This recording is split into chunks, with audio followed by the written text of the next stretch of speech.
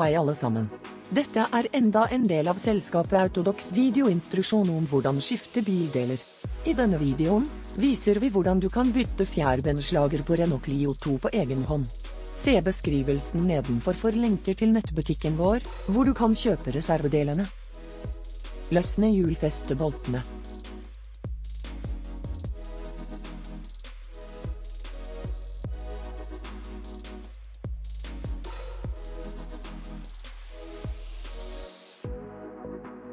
Bruk en pipenøkkel nummer 18 og en kombinøkkel nummer 18 og skru løs det nedre festet på fjærbeinet.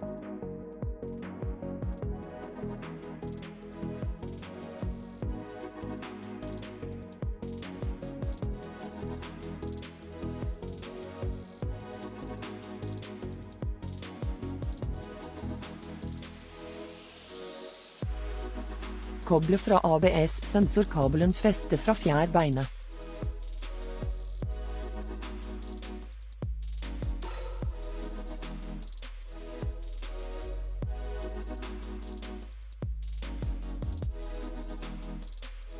Åpne panseret.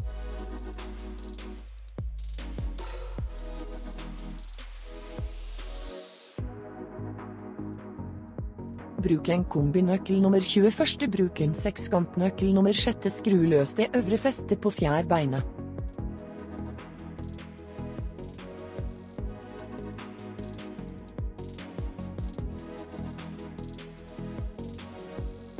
Fjern fjærbeinet.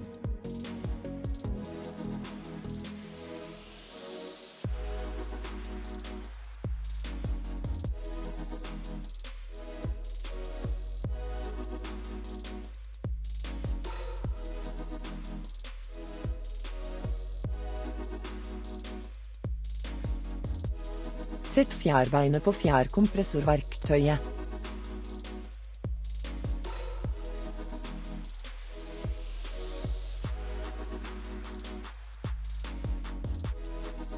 Bruk en kombinøkkel nummer 17. Bruk en sekskantnøkkel nummer 6. Skru løs toppfestet på fjærbeinmonteringen.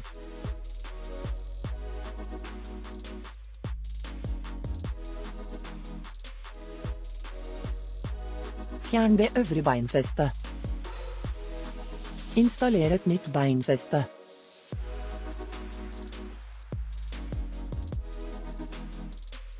Bruk en kombinøkkel nummer 17. Bruk en sekskantnøkkel nummer 6. Stram fjærbeinmonteringens øvre feste.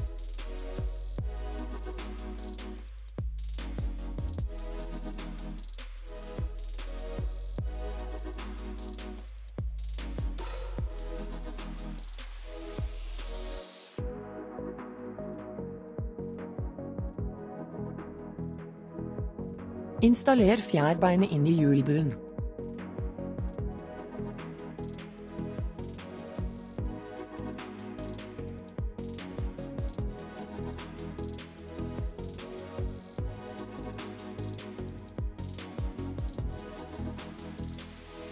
Bruk en kombinøkkel nummer 21. Bruk en sekskantnøkkel nummer 6. Stram fjærbeinet. Stopp montering.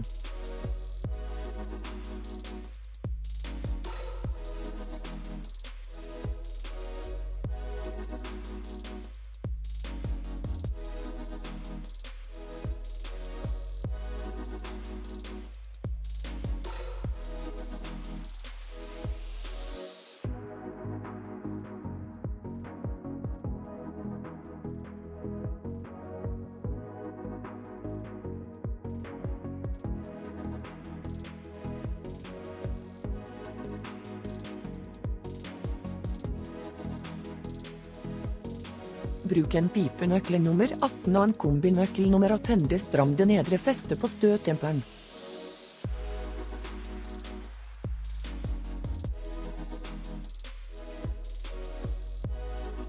Koble ABS-sensorkabelens lås til fjærbeinet. Takk for at du så gjennom instruksjonen vår.